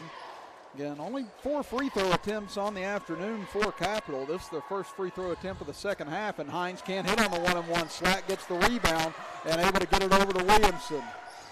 Now in the backcourt, Williamson in trouble, but able to save it over to Slack. Slack into the middle, trying to find an opening. Takes a nice pivot step and goes up and lays it in. That's a nice opening for Aiden Slack.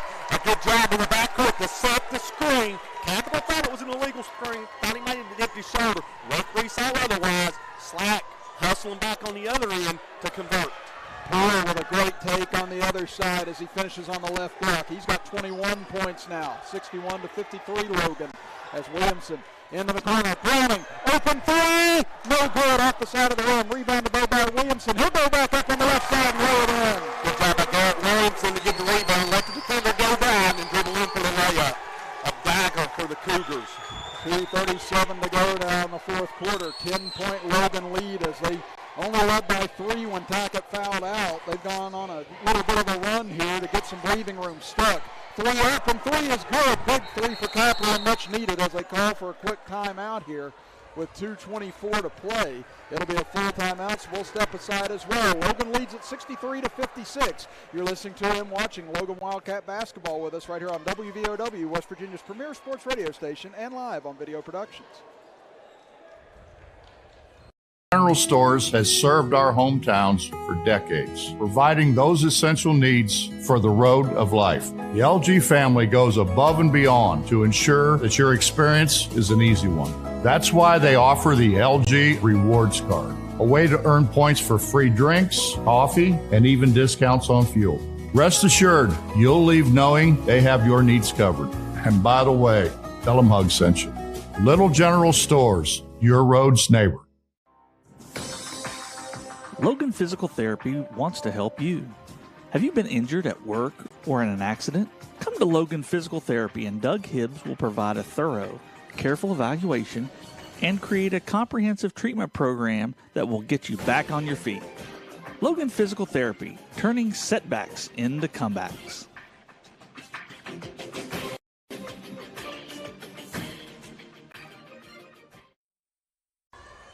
63-56, Logan leads Capital with 2:24 to go in the fourth quarter. Chris Kidd and Bill Lusk here with you from Willie Acres Arena on this New Year's Eve.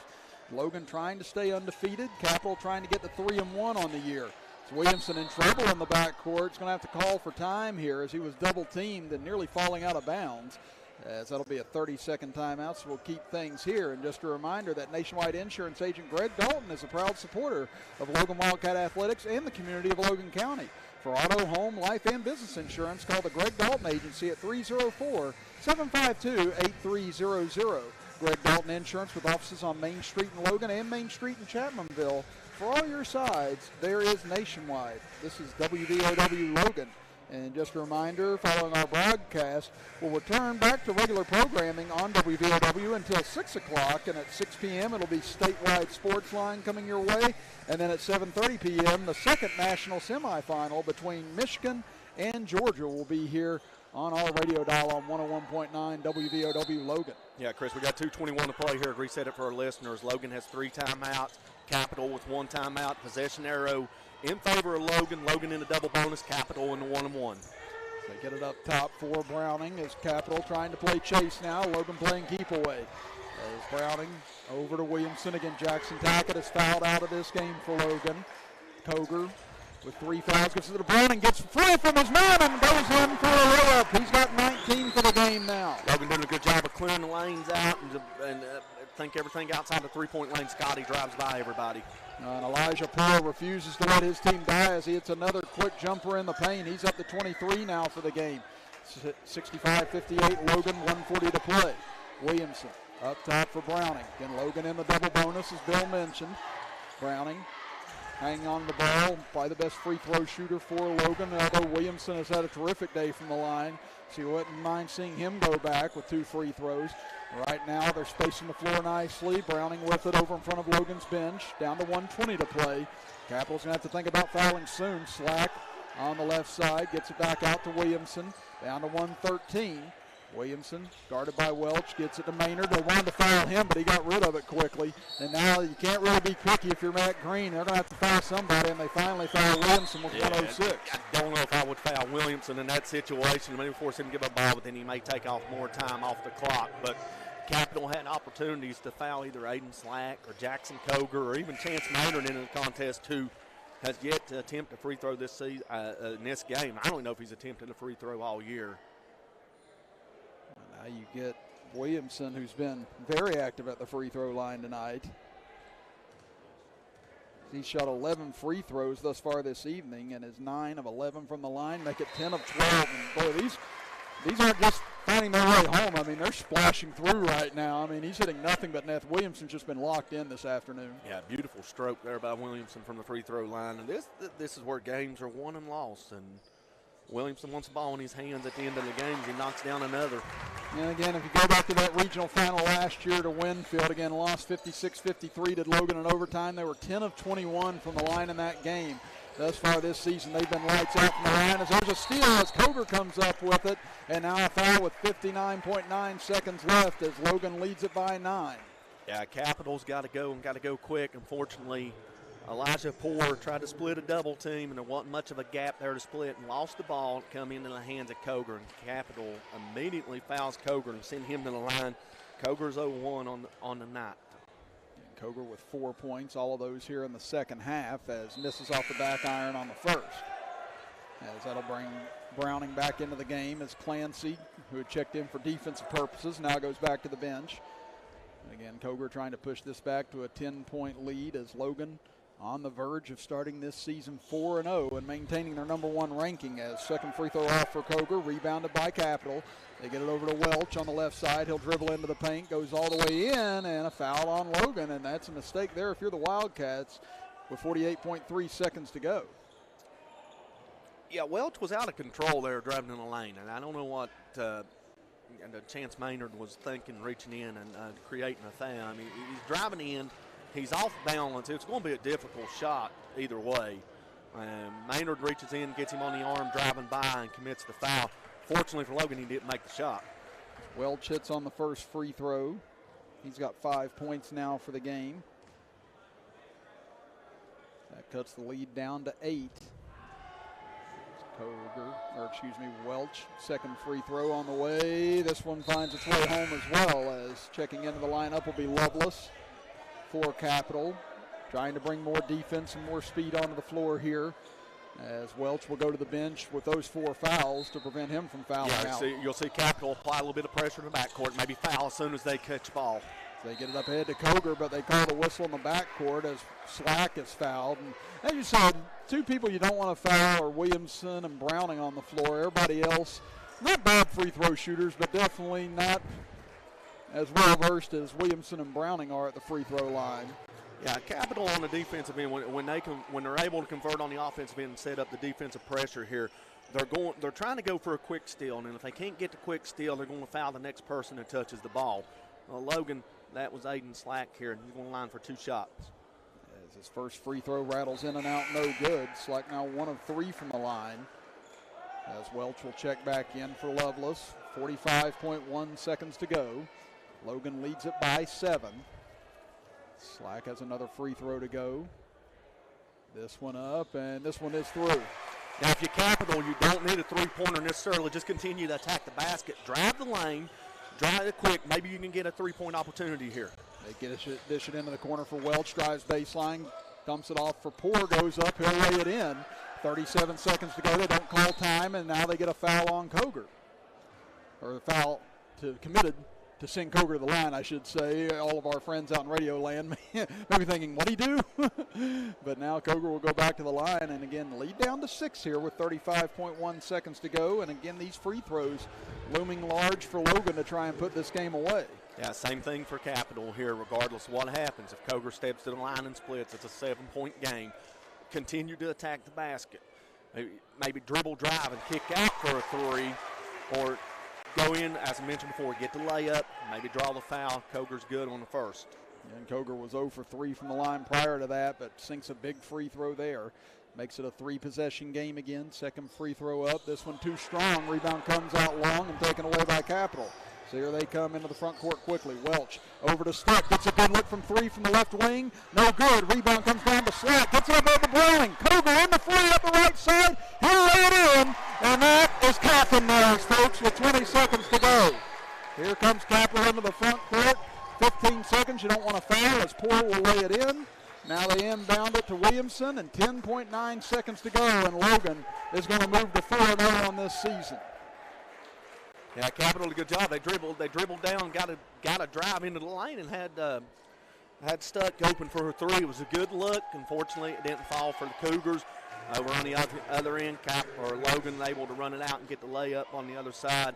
Capital quickly back with the layup, but little too late.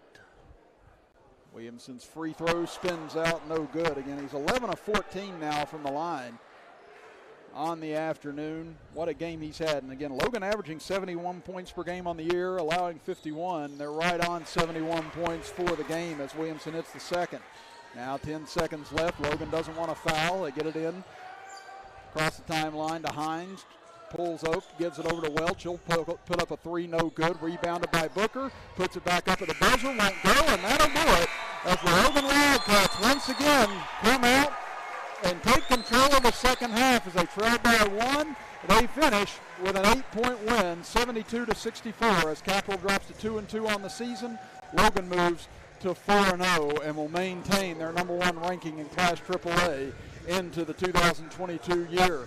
But we're going to step aside for a 2-minute break. When we come back, we'll talk about today's action here from Willie Acres Arena, as well as talk about next week, as we got a couple of big games coming your way here on WVOW coming up on Tuesday and on Friday. And one on Friday is one that a lot of people are always going to be looking forward to with Chapmanville and Logan. As Logan wins it 72-64, you're listening to Logan Wildcat Basketball with us right here on WVOW, West Virginia's premier sports radio station, and live on Video Productions.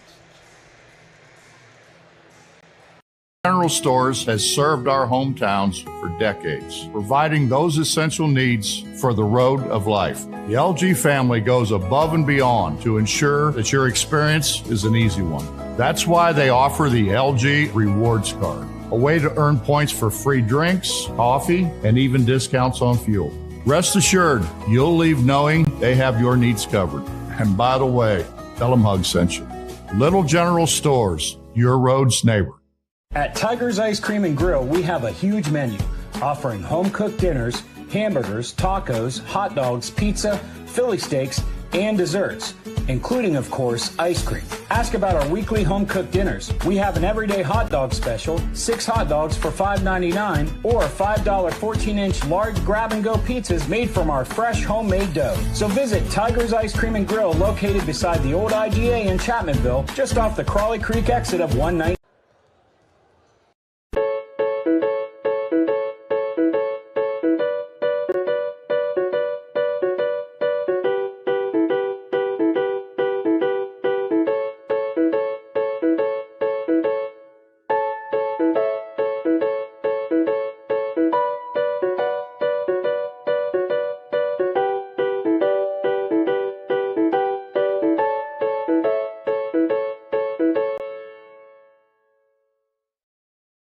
This is Boone Memorial Hospital, compassionate personal quality care that's close to home, with caring skilled physicians and large private inpatient rooms. Boone Memorial Hospital, bringing medicine home. Thornhill is now your #1 destination for new and pre-owned Toyotas, plus our top-notch Toyota certified parts and service center. We're eager for this new opportunity to continue serving our local communities. Quality and support you can count on. The all-new Thornhill Toyota. 72-64, Logan defeats the Capital Cougars here this afternoon from Willie Acres Arena as the #1 Wildcats move to 4-0 on the year. Chris Kidd and Bill Lusk with you. Jack Withrow, our camera operator on Video Productions, along with Brian Shepard, our engineer on Video Productions, with Scott Abbott and Terry Buckaloo engineering back in the WVOW studios. And, again, this was just a fun game up and down the floor all afternoon, Bill. Again, these two teams just showing off their speed, their athleticism, their defense, and honestly, just the raw athleticism on the offensive end for both teams again, because it was good defense all day long, but the offenses were still able to supersede most of that. And, I mean, you just saw the aggressiveness on both ends of the floor. These are two teams that I think do very well later on this year, getting to try and having a chance to maybe make a run at state titles because, you know, Capital and Quad A, they won't meet up in the state tournament, but I think these would be two really fun teams to see on the floor at the Civic Center come March. Yeah, you like transition basketball. This was definitely the game for you to watch to close out the 2021 year. Both teams real good rebounding the basketball, getting out in transition, trying to turn defense into offense. Both teams guarding each other real well. Not a whole lot of turnovers by my part. What I had for either club. Opportunities for both for Logan to stretch the lead out. Opportunities for Capital to cut into the lead, maybe even take the lead there once in the fourth quarter. Logan was able to weather the storm. That's something that Logan's going to have to be able to do moving forward because they're going to continue to get everybody's best shot. I mentioned, in the preseason when previewing some of these games when we talked about the King Cole Classic and Logan playing Shady, I mentioned that with Jackson Tackett and Jackson Cogar on the inside, I felt Logan had a press position, had a press post presence, something they didn't have last year in a run in the tournament. I felt that Logan coming in was a state tournament team, a state tournament contender. Now that they add Tackett and they add Cogar on the inside, I feel they go from state tournament team, state tournament contender, to a state championship team and a state championship contender. And thus far, through 4 games this season, they've proven that. And they have not played, any cupcakes by the imagination. Right. They opened the season with a sectional rival, Scott. You never know what's going to happen when those two meet and meet up with each other. There's talented teams. They're close games. Then they come back with a North Marion team that had them down by 6 at halftime. And, of course, it was a third quarter run that put the game away. Then you didn't have much time to think about that North Marion game because less than 24 hours later, you had the reigning Class AAA #1 ranked Shady Spring Tigers coming into your place, fresh off of a dominant victory over Huntington at West Virginia State the night before. And once again, a tie game at halftime, and then they put the clamps on them in the second half. Went on a run there, and was able to step the free throw line and knock some shots down to get that win, and then followed up with a very quality opponent in Capital. They came in here ranked 9th in the coaches poll, tied for 10th in the media poll in Class 4A. Logan comes away with an 8-point victory, solidifies that case for #1 when the media poll comes out on Monday. It's going to be interesting to see. Logan has the win over Shady on their home court. Shady has a couple of neutral site victories, one impressive over Huntington, and two victories in the Little General shootout at the Armory, I think it was, this past weekend, beating Cabell Midland, a very good Class 4A team, and then beating an up-and-coming Class Single A program in Huntington St. Joe, who had just knocked off Woodrow Wilson the night before in the championship game. A lot of people thought that you were going to get a Shady Spring Woodrow Wilson championship. Huntington St. Joe had other ideals, and Shady was able to put them away. So it's going to be interesting to see how the media votes. If I had a vote, I think I'd give it to Logan right now because they beat Shady. I think they have the advantage head-to-head. And also, they're going to meet again here in a couple of weeks on a Saturday evening at Shady Spring. It'll be interesting to see the results of that one. But before then, Logan has to worry about their upcoming games ahead. They got Wayne and Chapmanville coming up next week. Again, we'll talk about those here in just a minute. We'll step aside for another break. And, again, want to say hi also to a couple of our fans down there wearing the Browning shirts. As apparently they caught themselves on camera on Video Productions and blowing kisses, everything else up here. I knew it wasn't for me. So whoever it was they were saying hi to out there on Video Productions land, just know that we saw you, they saw you. Hopefully you got your little shout out there. But 72-64, Logan defeats Capital here today from Willie Acres Arena. Again, be back to close things out in 2 minutes as you're listening to and watching Logan Wildcat basketball action with us right here on WVOW, West Virginia's premier sports radio station, and live on Video Productions. You can breathe easier at Boone Memorial Hospital, now with pulmonologist Dr. Richard McNeely. Come see us if you have concerns about your breathing issues. Boone Memorial Hospital, bringing medicine home. In Peytonville, there's lots of ways to save on auto insurance. Really? Yep.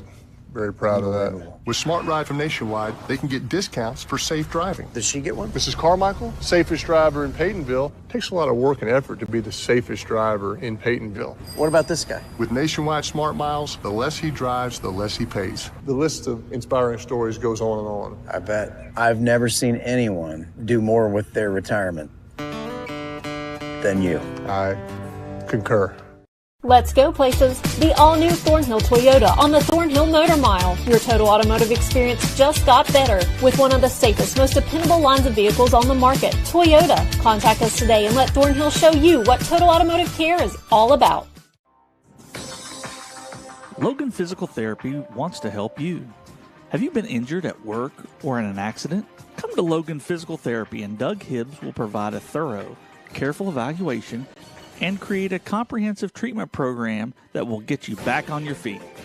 Logan Physical Therapy, turning setbacks into comebacks.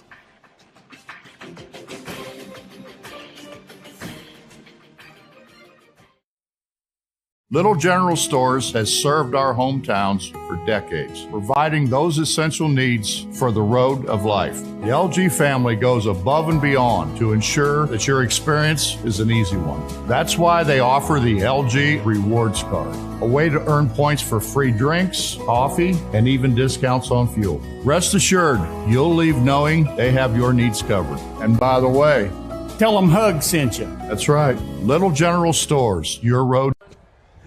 Welcome back, everybody. Chris Kidd and Bill Lusk with you. Getting ready to close things out here on this New Year's Eve from Middleburg Island. Let's take a look at the final scoring on both sides. Again, we'll start with Logan, as leading the way tonight was Garrett Williamson with 24 points, a season high for him, 12 of 15 from the free throw line overall for Williamson here today. Then you had Scotty Browning with 19 points. Jackson Tackett with 12 points, as both of them have been in double figures in every game now throughout this season. Aiden Slack with 8 big second half points. Then you had Jackson Coger with 7 points, and Chance Maynard off the bench with 2 points for Logan. Overall, Wildcats hit 3 3-pointers, all of those in the first half, and then 17 of 26 overall from the free throw line for Logan. Now let's take a look over at Capital's side. What we have overall for them tonight, Bill? Leading the way for the Cougars, Elijah Poor, 27 points on the evening.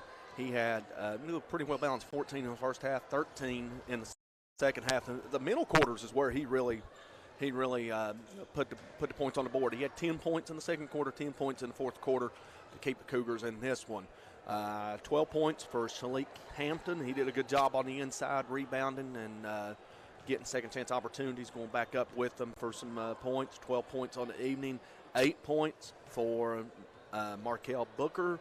6 points for Keyshawn Welch, 5 points for Garrett Stuck, 4 points for Tayshawn Hines, and 2 points for Jaquez Lovelace for the Cougars, who dropped to 3-2 with the defeat, and they'll look to take note of this, go back home, watch the film, break it down, and learn something from it as they head into a critical stretch here. It's the Mountain State Athletic Conference coming up.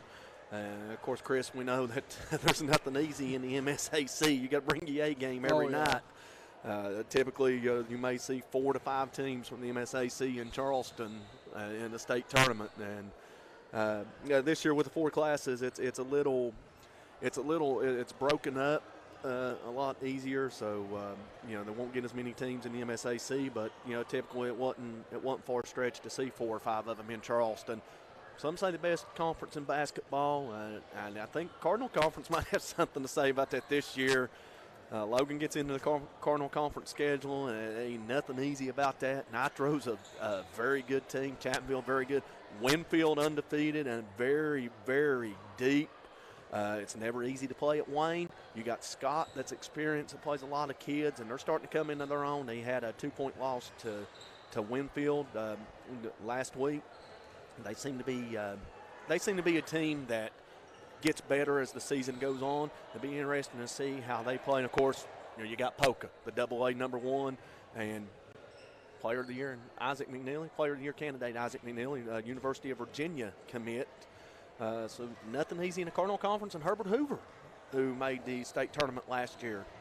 And again, you're going to see a lot of tough matchups coming up. Again, as we mentioned, Capital, they'll take on Hurricane on Tuesday. Logan will take on Wayne here at Will Acres Arena, but we'll be down in Chapmanville for Chapmanville and Winfield, and Chapmanville and Logan on Friday. We'll talk about those in just a moment. But it's time now for our Logan Physical Therapy Player of the Game on Video Productions first, and we're going to go with Garrett Williamson for this, with 24 points overall for the game for the Logan Junior. Again, really carried the load today offensively and going 12 of 15 from the line. So Garrett Williamson, our Logan Physical Therapy Player of the Game here on Video Productions. And then we have another award to give out. Again, this is just like end of year at school for most people. Again, as we have that on Video Productions on WVOW Radio, we have the Temp Control Hot Hand of the Game Award, and we're going to give this to Scotty Browning. Again, Browning did a great job in the second half of really igniting Logan's offense early on and getting them on that run that would lead to them holding the lead the entire second half, as he had 10 of his 19 points in the second half, 8 of those in the third quarter. And Scotty Browning, our Temp Control Hot Hand of the Game Award winner. And if you want your home to be as comfortable as possible, call Stuart Trickler and Roland Mullins at Temp Control of Chapmanville at 304-855-5200. Well, now we have a couple days off here, Bill. Me and you will be back together on Tuesday night and Friday night, as we'll be in Chapmanville all next week.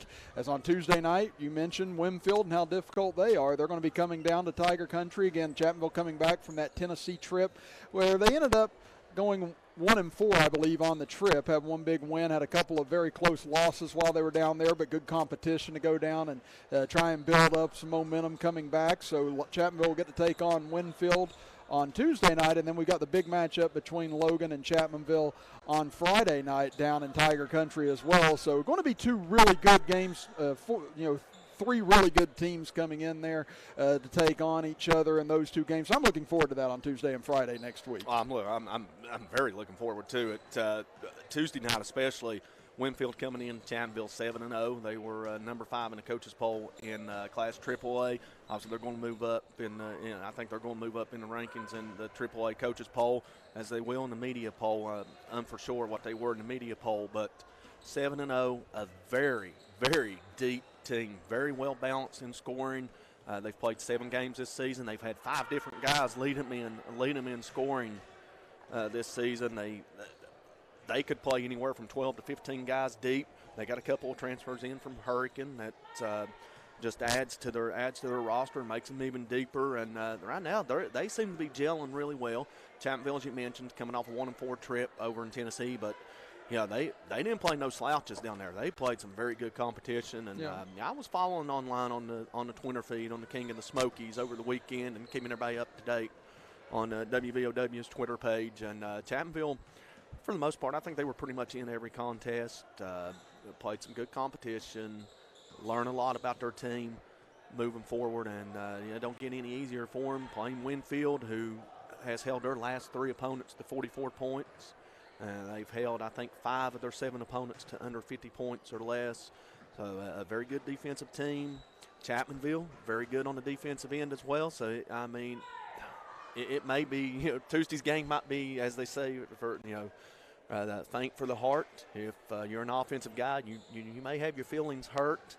Yeah, we're not going to have 72-64 on Tuesday night. That's not going to happen. We may not have 72-64 at all next week, because that team, when you get rivalry games and you're looking forward to Friday, Logan and Chapmanville, despite despite what Logan does and what Logan puts up, it seems like when I always play Chapmanville, a game seems to be played in the 50s. It's not a high-scoring game. It's been even with Chapmanville having the likes of, Obina, Drew Williamson, Devin Collins, those guys that can light up a scoreboard. Seems like the games are always played in the 50s, 54, 51, 57, 54 type kind of games. And it's a credit to the team's defense and the game plans by both coaches. And I'm sure we're in for the same thing Friday night, as you know, we will be Tuesday night, and both, say Winfield and Chapmanville, both very good defensive teams, and we'll see how they, and see who comes out on top next week. Logan, they're definitely going to be tested. The Wayne game here is not going to be an easy task. Wayne's got a winning record coming in. I think they're 5-2 coming in this game Tuesday night, but you look at, you got Chapmanville on Friday. Could Logan be looking ahead? Could Wayne come in here and catch Logan looking ahead and maybe hang around for 2.5, 3 quarters before Logan can go on a run there in the fourth quarter? I mean, obviously, I'm not down in Wayne or anything. Obviously, Logan's the better team, but games are not played on paper; they're played on the court. And if you can catch an opponent looking ahead, Logan may possibly be looking ahead to that Chapmanville game. All the distractions. Wayne could come in here and give Logan a contest, and I don't know, maybe they could sneak out here with a win. I don't know, but to me, I just think Logan will be undefeated heading into the Chapmanville game, I believe. I think they're going to be 5-0, but like I said, Wayne's going to give them a challenge Tuesday. Well, again, a lot of questions being answered next week, and we'll have all that for you here on WVOW as we'll be on the air at 7:20 with the pregame show on Tuesday night from Chapmanville between the Tigers and the Generals. Tip-off at 7:30 p.m. and same for Logan and Chapmanville on Friday night. So, again, we want to thank everyone who's been with us on WVOW radio and video productions over this 2021 year. Again, it's not been an easy year. Obviously, we all know that. But to still be able to bring you these games and to be able to do these with you just to make us feel normal for a while again always feels good, and hopefully things moving back more in that direction as 22 comes about. So it's always an honor and a privilege to get to do this.